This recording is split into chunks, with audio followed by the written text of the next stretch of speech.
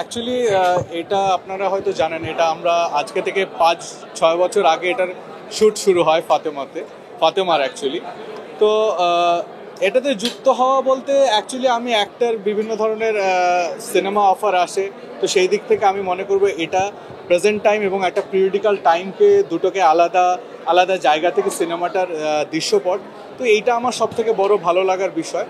আর actually যখন আমাকে brief করা হয় ক্যারেক্টারটা সম্পর্কে, তখন আমাকে বলা হয়েছিল যে এটা একটা মুক্তিযোদ্ধার ক্যারেক্টার এবং এই ক্যারেক্টারটা পোর্ট্রে করা হচ্ছে জাহানারা ইমামের ছেলে রুমির একটা বায়োগ্রাফি থেকে, অ্যাকচুয়ালি একটা পার্ট থেকে।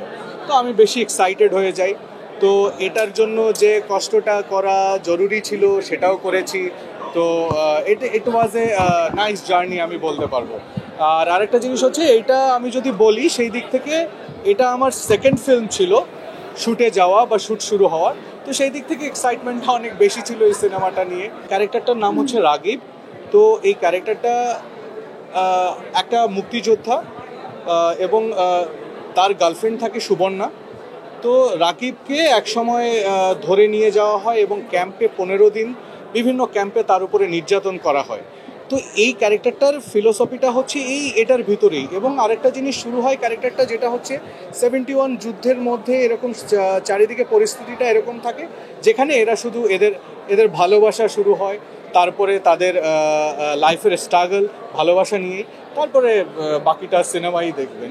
ফারিন আর আমার এটা প্রথম কাজ, সেই সময়ও ফারিনের এটাই প্রথম সিনেমা ছিল আর আমার সেকেন্ড ফিল্ম। তো এক্সাইটমেন্টটা তো আছেই। আর আরেকটা জিনিস যেটা আমি বলবো যে আপনারা জানেন এই ফিল্মটা বিভিন্ন দেশের বিভিন্ন পুরস্কার নিয়ে এসছে। তো সেদিক থেকে বলবো যে আমার টিম মেম্বার হিসেবে, আমার কলিগ হিসেবে, আমার কো আর্টিস্ট হিসেবে, কো অ্যাক্ট্রেস হিসেবে ফারিন এখানে দুর্দান্ত অভিনয় করেছে এবং এটার জন্য সে অনেক পুরস্কারও পেয়েছে। তো অ্যাজ এ টিম মেম্বার আমার উপলব্ধিটা খুবই খুবই চমৎকার। তো আপনাকে কবে আমরা লিড রোলে পাবো? ইনশাল্লাহ খুবই শীঘ্রই আপনারা পাবেন। আমি এখন একটা ফিল্ম শ্যুট করছি নিঃশব্দে নামে। ফিল্মটা অক্টোবরে রিলিজ হবে। ফিল্মটা ডিরেক্ট করছেন শারিয়ার রহমান। তো আশা করি আপনাদের ইচ্ছা যেটা আশা সেটা পূরণ হয়ে যাবে এই ফিল্ম। অ্যাকচুয়ালি ফাতেমা আমরা বলছি যে একটা নারীর গল্প, বাট নারীর দৃষ্টিকোণ থেকে আমরা আসলে আমাদের পুরো সমাজ এবং দুটো প্রেক্ষাপটকে দেখছি।